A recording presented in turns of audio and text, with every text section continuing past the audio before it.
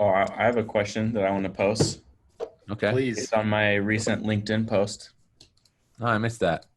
It's And crazy. the reason I bring it up is because Jacob is really good at disagreeing with most things I say. So I Oh want to yeah. Okay. I'm see the seeing other I'm seeing side. it here.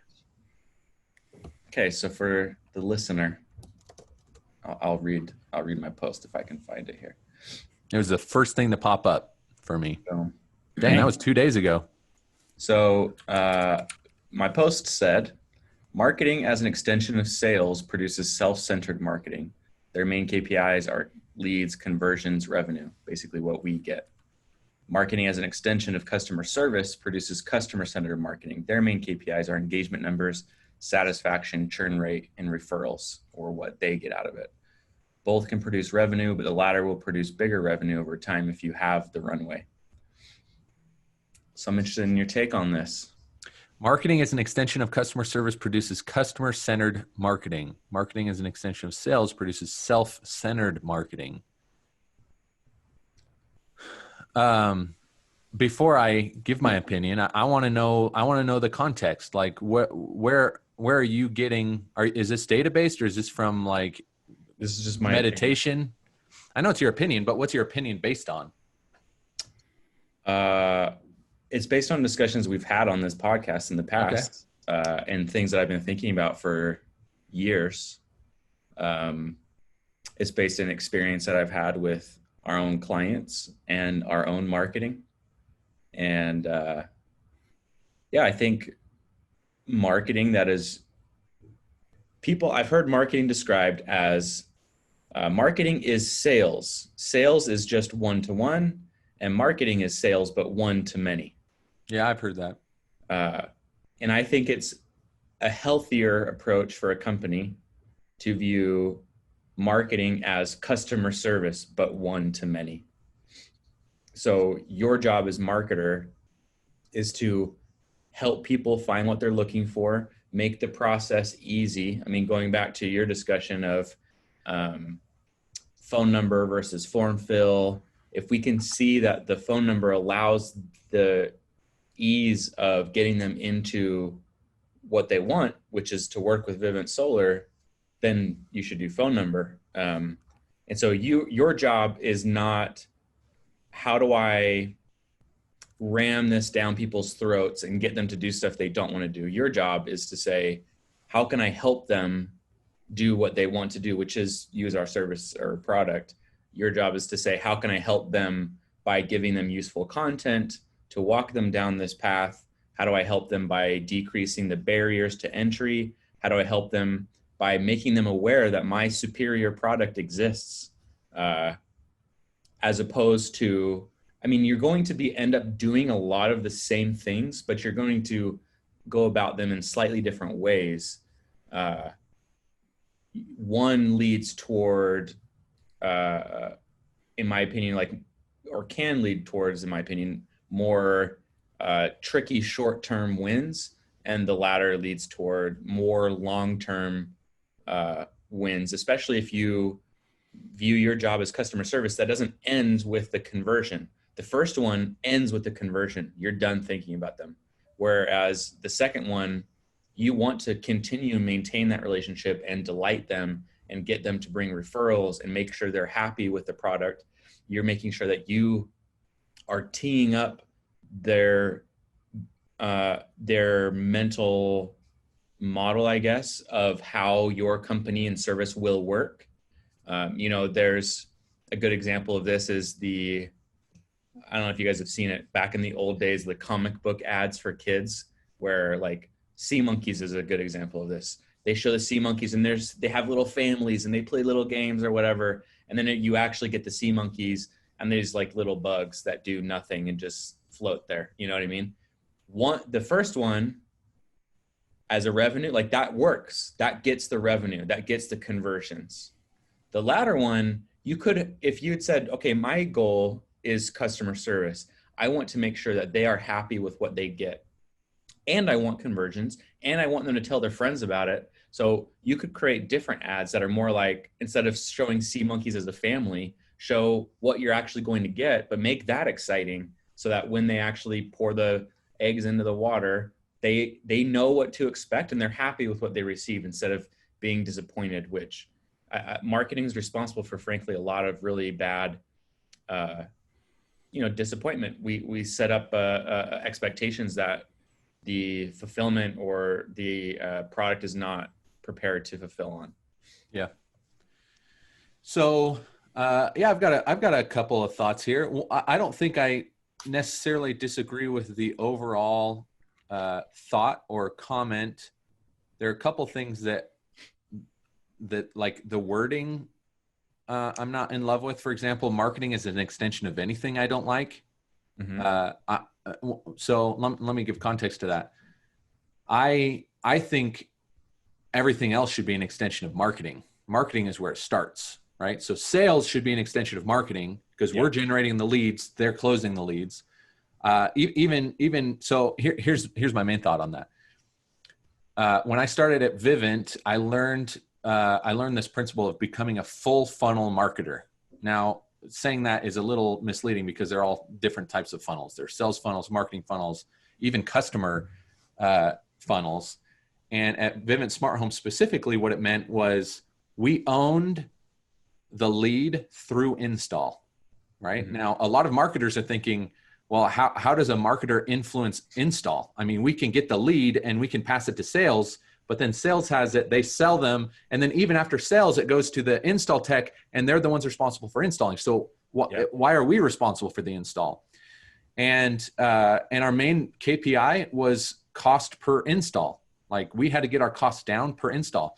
So becoming a full funnel marketer, really it comes down to what metrics are you holding your marketing team accountable for? Because if you're not holding them accountable for all the metrics, then they're not going to care about the install. They're not going to care about the sale. They're going to care about the lead.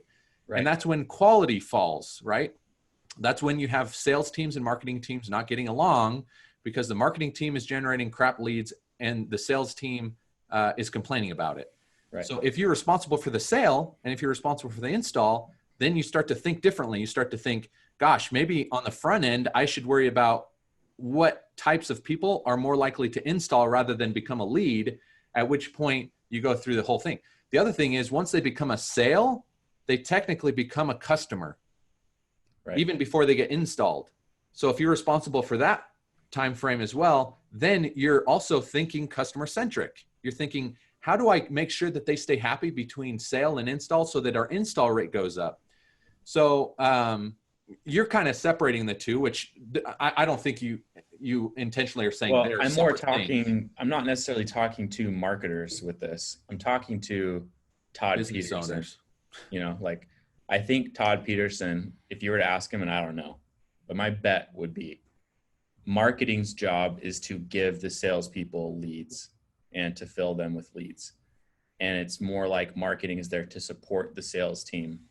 And I think a lot of business owners view marketing as that, as basically, I have awesome sales guys. I can't get them in front of, they have a cap in terms of how many people they can get in front of. And so marketing is there basically to amplify that and basically be a salesperson, but to many people at once, as opposed to my sales guys can only talk to one person at a time. Yeah, no, I get that. And I don't disagree with that. I even think, as far as the bigger revenue comment with the customer service side, in the long term, which you specify, is also true.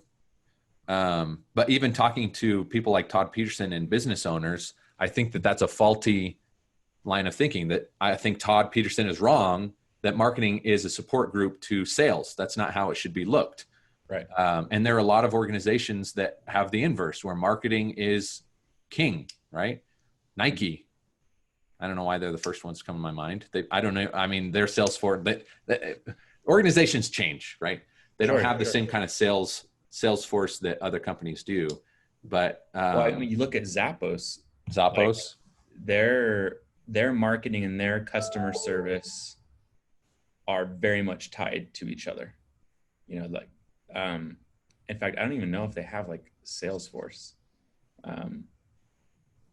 But anyway, yeah, Nike's the same. I think that is a company that understands that power of marketing and thinks about the experience of the person from beginning to purchase all the way through past purchase. Like in that Vivint example, I think marketing should own the experience even post install.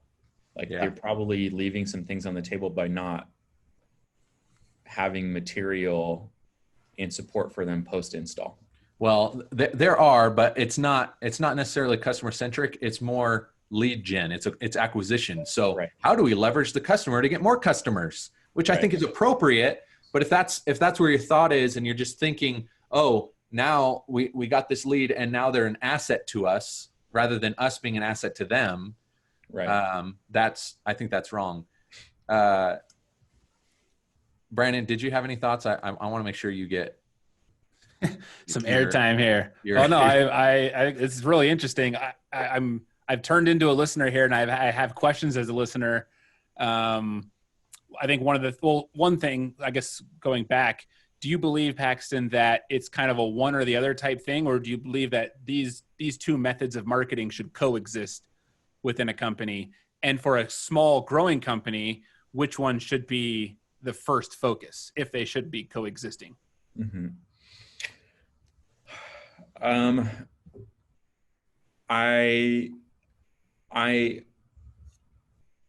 not under some illusion that marketing shouldn't be bringing in leads, conversions, and revenue. So that needs to happen, and that needs to be tracked. I'm more talking about what should marketing focus on. I'm struggling to come up with a good analogy for this, but I'm just going to make one up on the fly here and say an Olympic high diver, right? An Olympic high diver does not want to, this is a bad example. I'll just throw it out there. We'll come up with something better. Well, I'm really interested because I'm like, I feel like I get this thing, but to die, right? They want to survive having jumped off of this thing and not break their neck, not jump and hit concrete or whatever, right? However, when they're up on the high dive, if they're thinking to themselves, don't die, don't die, don't die, then their performance will decrease. Obviously, no one wants to die, right? But you have to get into the mindset of something else. And by focusing on their patterns, their routine, the how they're going to enter the water, they are inherently going to be in less danger than if they just think, don't die or don't hurt myself, right? And so what I'm putting forth is, if marketing is focused on things like engagement numbers, the satisfaction of clients coming in, churn rate, and whether or not they're likely to refer, then naturally leads, revenue, conversions will happen without them focusing on it. Just like the Olympic diver, if they're focused on their routine, how they're going to enter the water, naturally it will be a safer dive than if they just focus on lead or not dying. I think the same thing is true. If marketing is just focused on leads, conversions, revenue, leads, conversions, revenue, I actually think that will produce less revenue net than if they're focused on something else, which is that experience of the customer from the beginning to end. If they view themselves more as an advocate for the customer than an advocate for the company they work for, I think that will actually produce more results for the company they work for. So I think a C-suite, a wise C-suite, and this may not apply to every single situation, but I think in general, a wise C-suite will view marketing as an extension of customer service. Basically, and the reason I say that is, customer service typically is not held to revenue numbers. They don't need to produce an ROI to exist. There is an ROI with customer service. If you have a business with no customer service, then long term, your revenue will go down and you'll go out of business. If you can't return products or change products or whatever, that will hurt you. But no customer service is being held to bottom line revenue. They're held to things like the satisfaction of their customers. Did they get what they were looking for? Did we help them? Is their affinity for our brand increased thanks to customer service? I mean, look at Nordstrom. They take back anything. Those guys are not, their customer service team is not being held to bottom line revenue. But because Nordstrom has such great customer service, their revenue increases without that customer service team focusing on revenue. And I think marketing should be treated in a similar way. You should view it as an investment, but not necessarily look for the direct ROI immediately. Know that it will come, and know that if you invest in your customer's experience and what they think about your brand, the revenue will come. I think the tough part about marketing is you could argue that marketing touches everything in a company, right? Yeah. I mean, I will look at Dev Mountain just because it's a more consumer facing type company, but like you have the classroom experience, right? Like that is a huge part of how that student will then leave the program and have good or bad feelings. And so what the teacher wears, how the teacher speaks, how class is conducted, all of that affects the brand of that particular school. Mm-hmm. So is that like, I guess at some point you have to draw the line of where marketing's boundaries end, because if you didn't draw a line, you could argue everything is market. Hey, marketing actually is over the uniforms of how teachers might dress, or the dress code, or how certain things are done. And I think if you were to ask Todd Peterson, again, we're putting words in his mouth here, but he would listen to this and say, oh, 100%, totally agree. We got to be focused on, we got to be doing leads. We definitely got to be focused on customer experience. So our marketing department is just focused on this. And then we have a customer experience / support department, and they're focused on making sure our product is the best of the best. We've got our developers and everything on it. Like their job is to create the most amazing Vivint experience. And so you might look at that and say it's all marketing, and that's great. But to me, that's marketing just focuses on the lead. That's what we call our marketing department.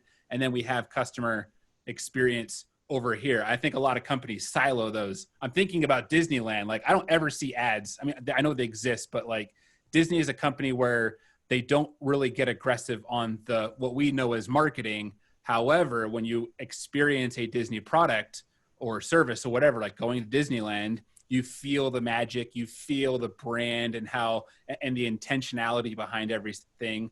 I don't know whether or not that, if Disney considers that part of the marketing team, where they're looking at the park and saying like, does this match our brand? I'm sure there's an element of that.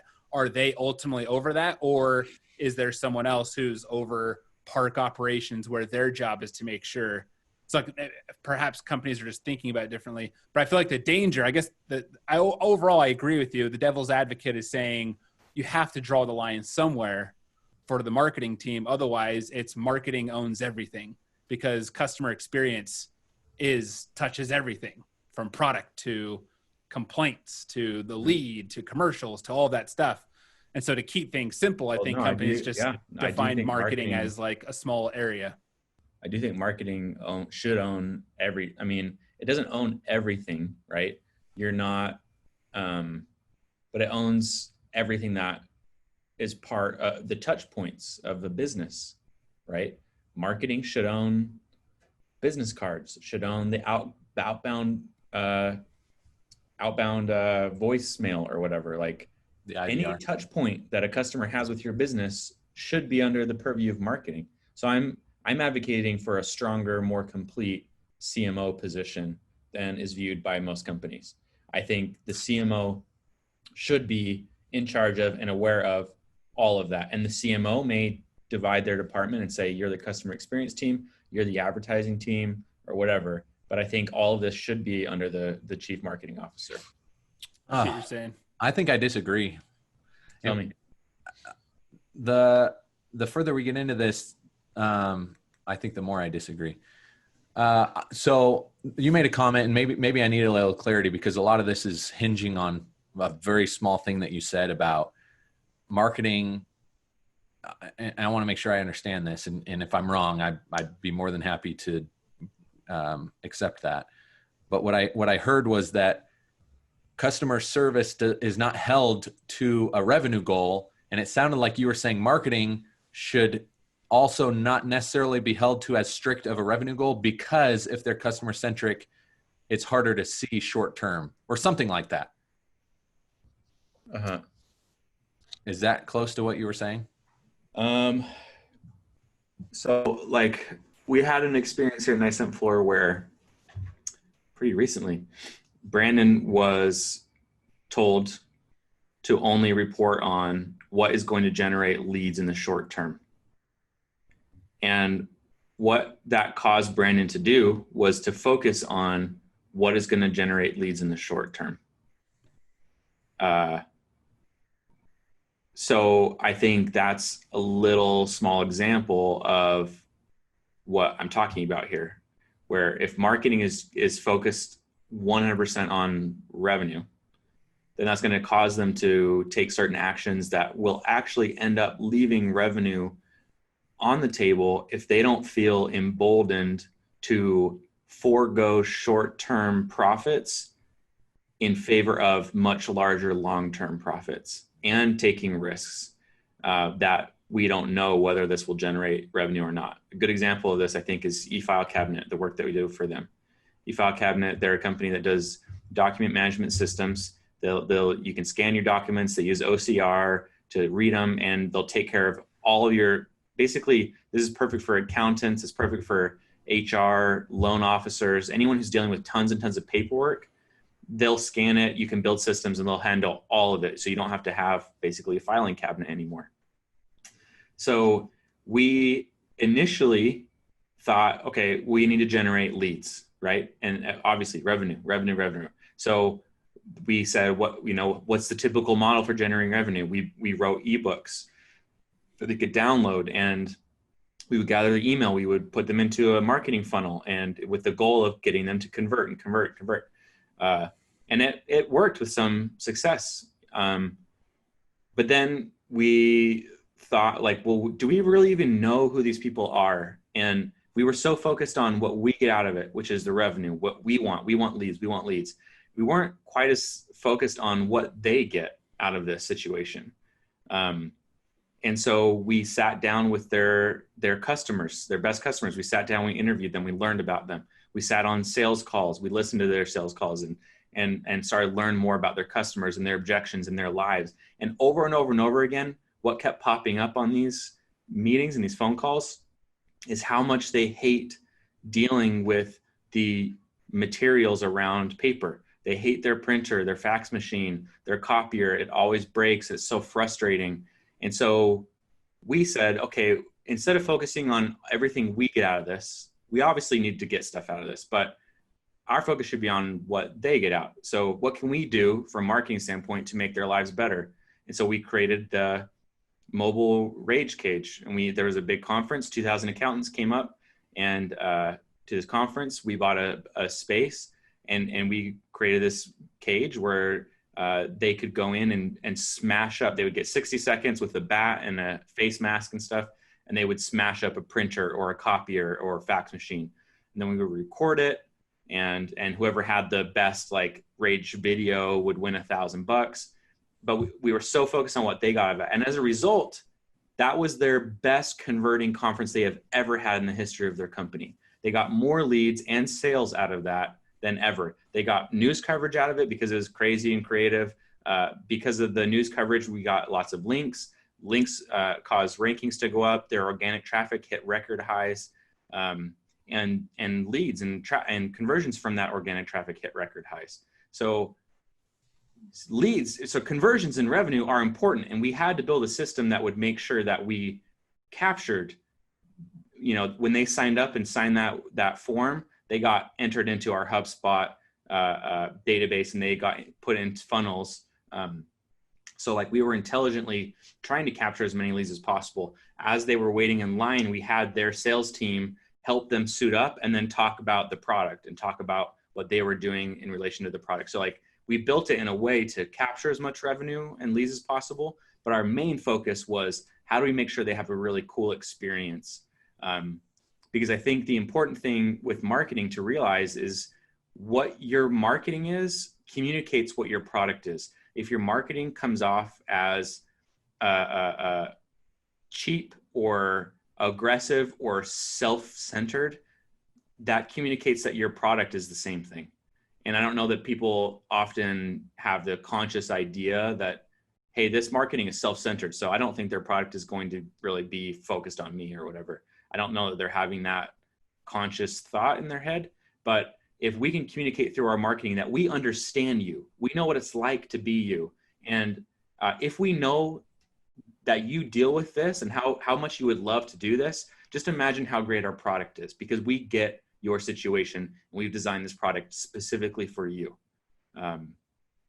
So again, that's kind of I don't know if that even answers your. No, it does. And it clarifies some things that, and I don't know if Brandon was on the same page of you or me, but when you talk about customer centric type marketing, it makes it sound like you're actually targeting or focused on the satisfaction of customers after they become a customer. No. But what you just described was fine. I mean, it's segmenting your audience. Who are the people who are most likely to purchase our product? And then we create marketing material specifically for them that helps them before they become a customer. Correct. Okay. Yeah. So yeah, the use of the word customer maybe is well, that's what I was trying to wrap my head around. I was like, what is happening here? Like once they become a customer, it's customer service's job to make them satisfied. Like their satisfaction is their job. I don't want my people focused on making sure that our existing customers are happy. I want them to go make sure the people who are going to be our customers are happy with the messaging and making sure that you're honest and forthright. Okay. So yes, there was some confusion there. And that, I mean, I didn't even get that from your LinkedIn and post. And well, I didn't get it until that example just now. But that's good marketing. That's good marketing, is to focus on your core audience and cater to them specifically.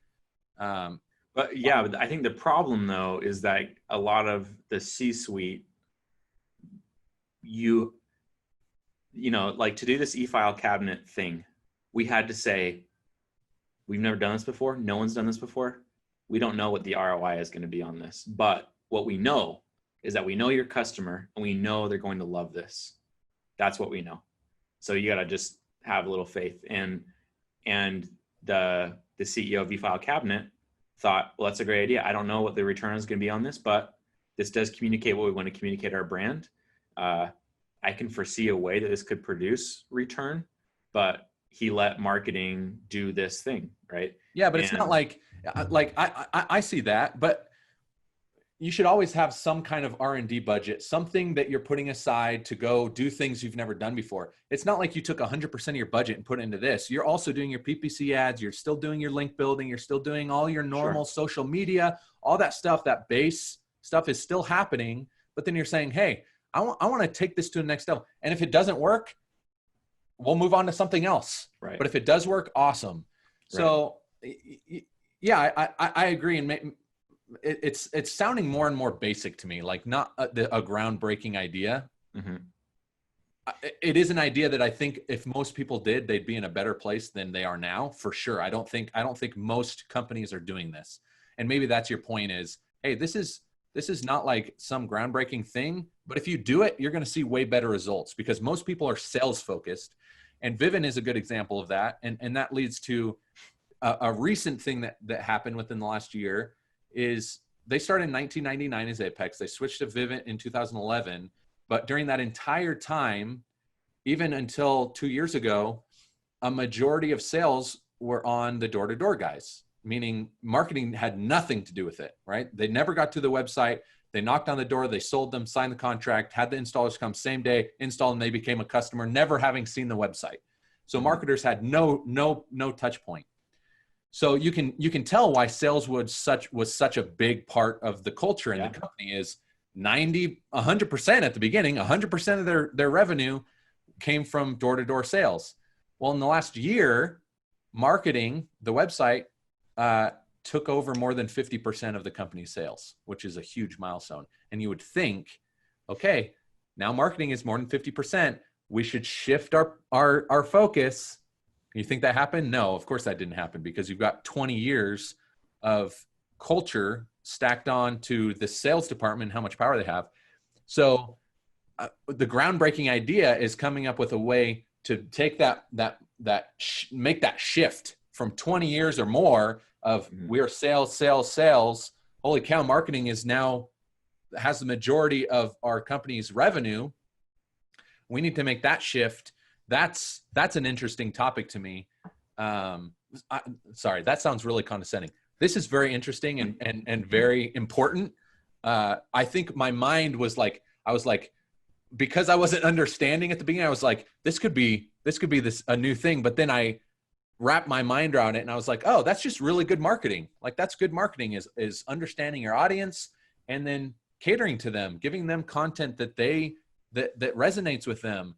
But this whole time, like the first 20 minutes, we were talking about NPS and customer satisfaction. And I'm like, that's not where I want my marketing. I don't want my marketing team focused on NPS.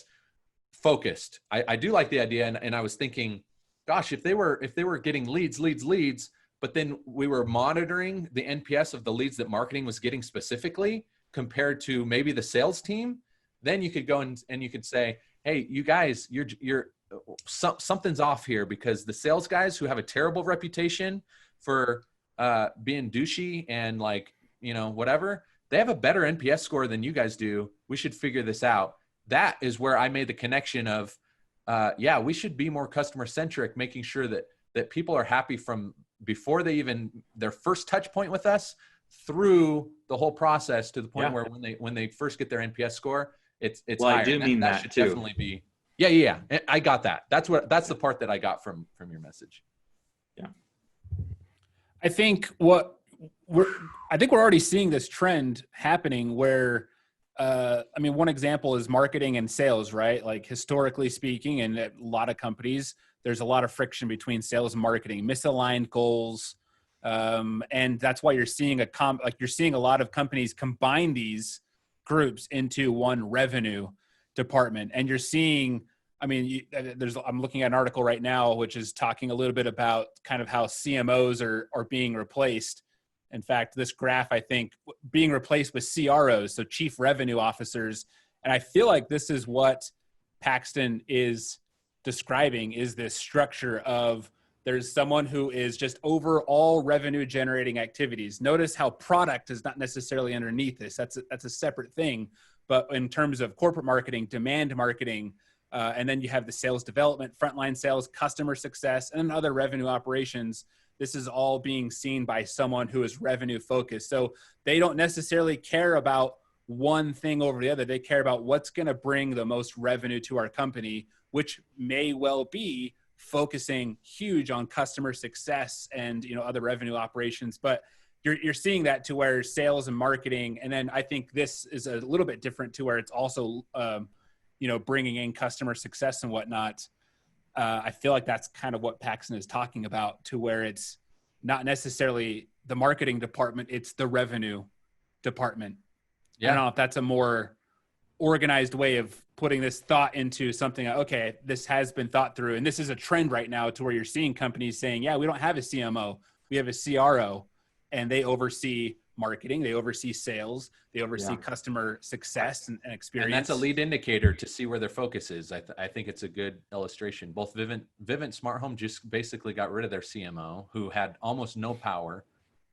He left actually, and they're not replacing him. Vivint Solar does not have a CMO. I report to the COO, but at Vivint, all their sales and marketing goes straight up to the CRO. So I agree that's.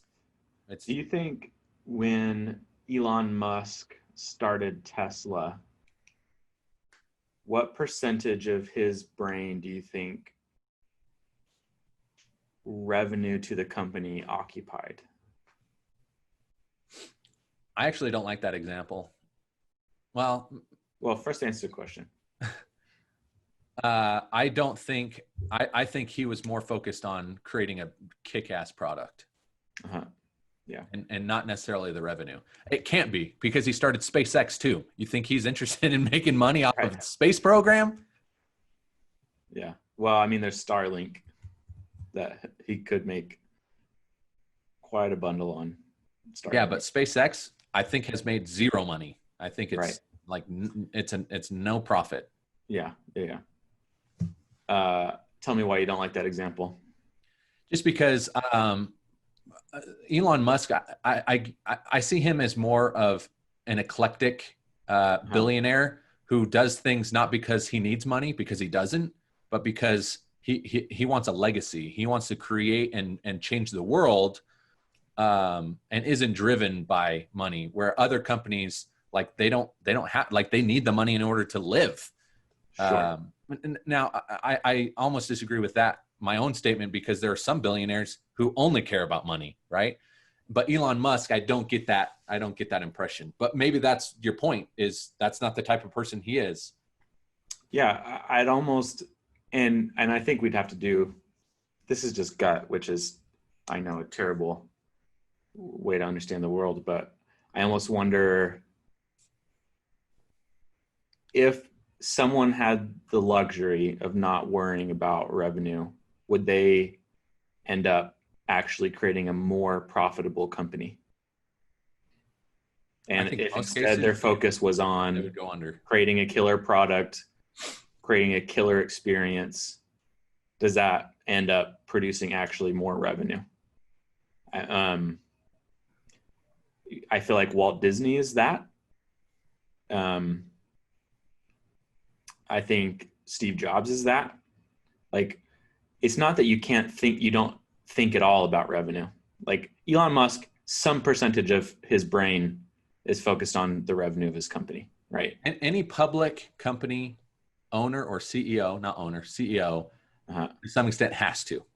Sure. Yep. Yeah, you have to do what's in the best interest of shareholders. But again, I think going back to the diver, terrible example. Going back to this terrible just example. like in your, I don't know, man. I need to find a better example of this. But like your day-to-day job, you're not focused on, man, I got to feed my family. I got to bring food home. It's like, if that was your main focus, is just, I got to make sure to bring food home, you would probably not perform as well. You're like, yes, of course I got to bring food home, and I'm going to pay attention to that and make sure that happens. But I'm focused on something higher than that. And by focusing on something higher than that, I'm going to bring food home. You know what I mean?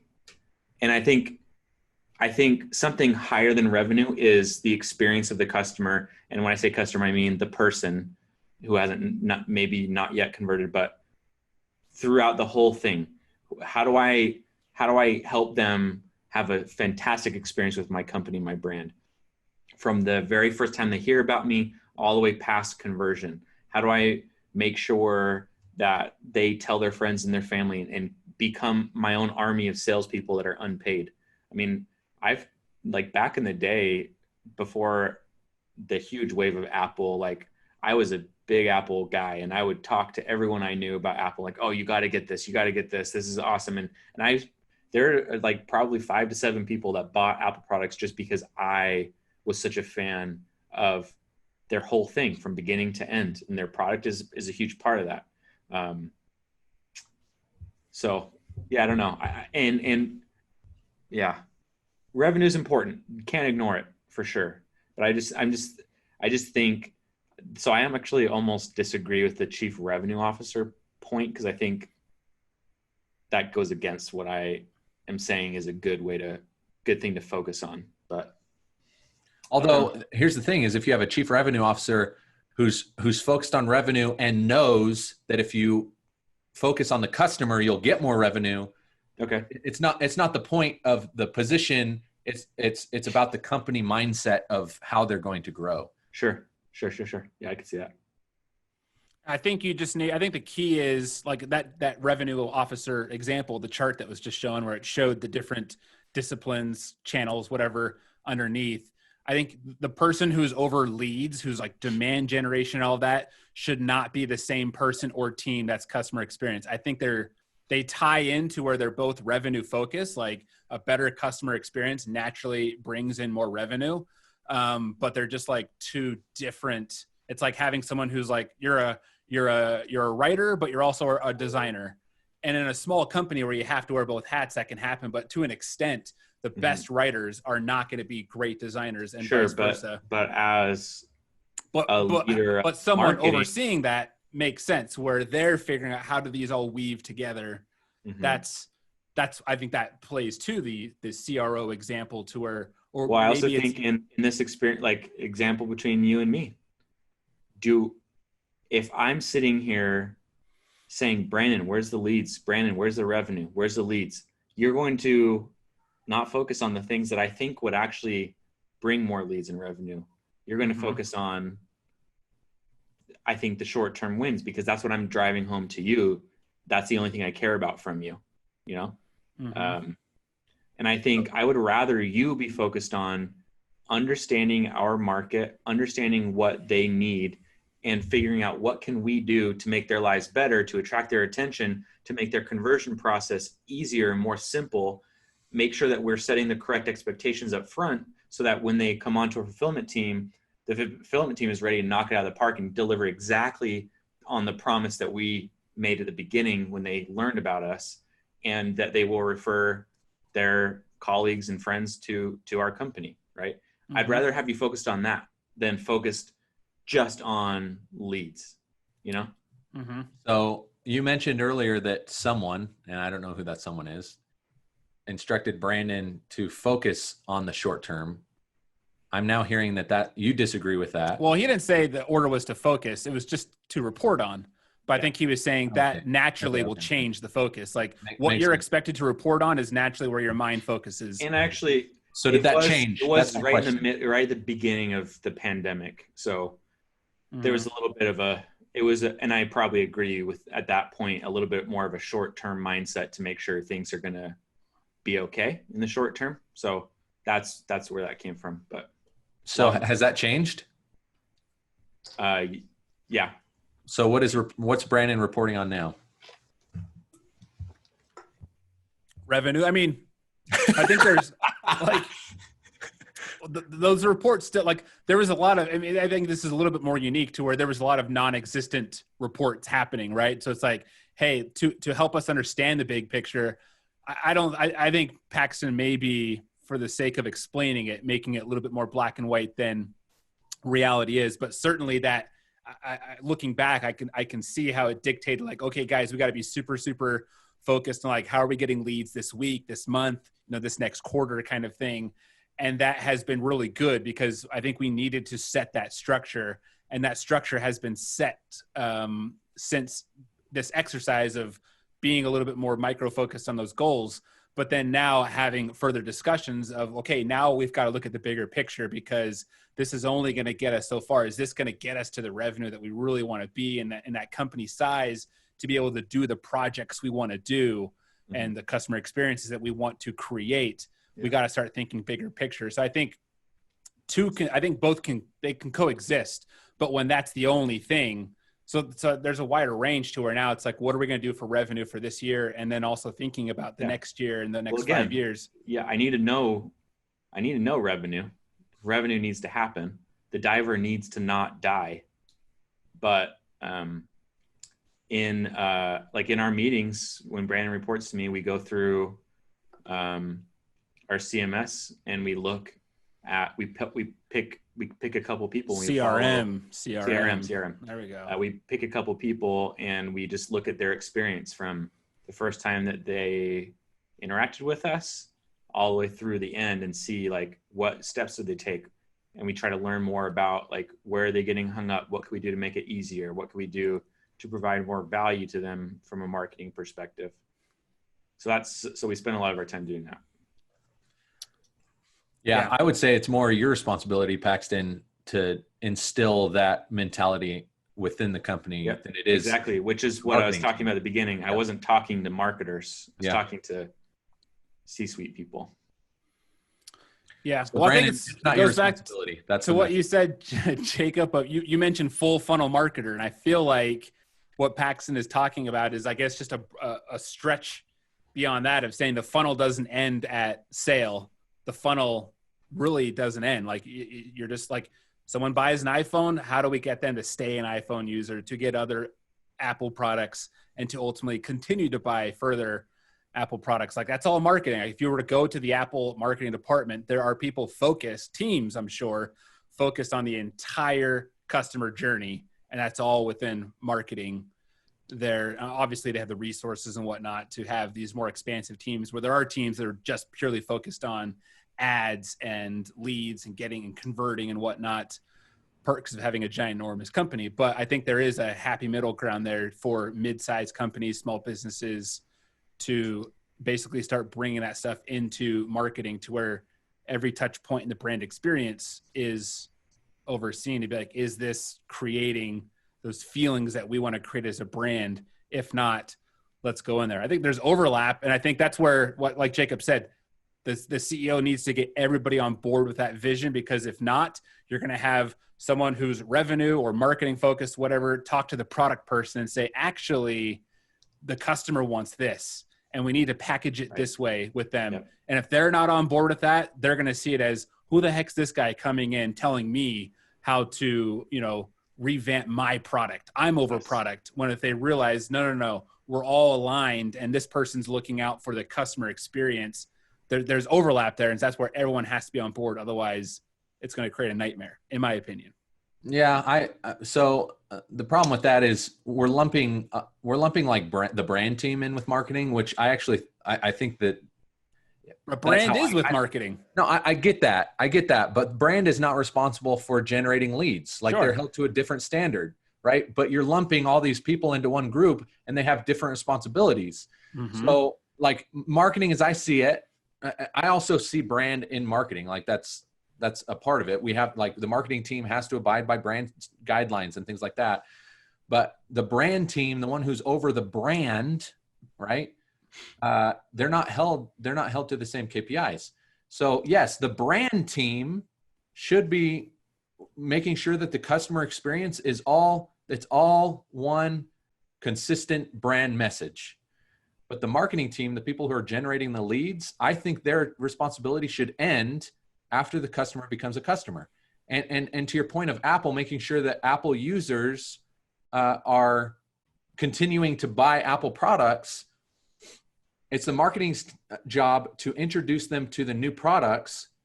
Once they're sold, it's then customer service to make sure that they have a good experience, so that in 2 years when they want a new phone, they think, gosh, the last 3 times I've called Apple for some problem I've had, they've really taken care of me. I'm going to buy the next product. I don't like the idea of giving one department, marketing, the responsibility of everything, because then it gets it's just wish-washy. Like, what are we focused on?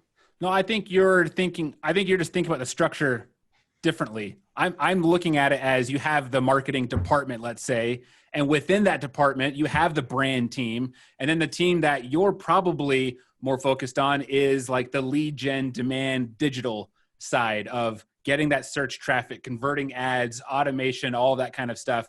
That's all. But you said so yourself at the beginning of the podcast, everything's an extension of marketing. Even sales is an extension of marketing. And so I guess the terminology is, like, at your company, perhaps the better terminology would be, here's the brand team, and then here's the demand gen team, not necessarily the marketing, when really they should all be. I mean, I imagine the brand team and the marketing team at your company report to the same person, who is, I don't know if that's the operating, or if there is a CMO, how that structure is set up, but ultimately that person is over both brand and that. And so that person is kind of who I'm more so talking about.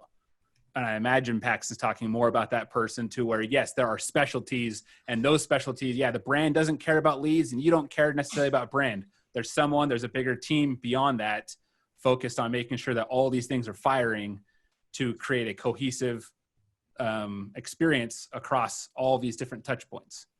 I think that's what's being expressed here. We do have to wrap it up, though. So this may have to go into a part 2, but no, you're right. Good show. And I think what we should work on in the next show is making sure that we aren't in a position to where we keep thinking that the other person is saying something and get our nomenclature aligned. Fair enough. Well, that's all, folks. Thumbs up and a gun. Finger guns. Well, great guys. show, everybody. Yeah. We'll see you later. Ciao.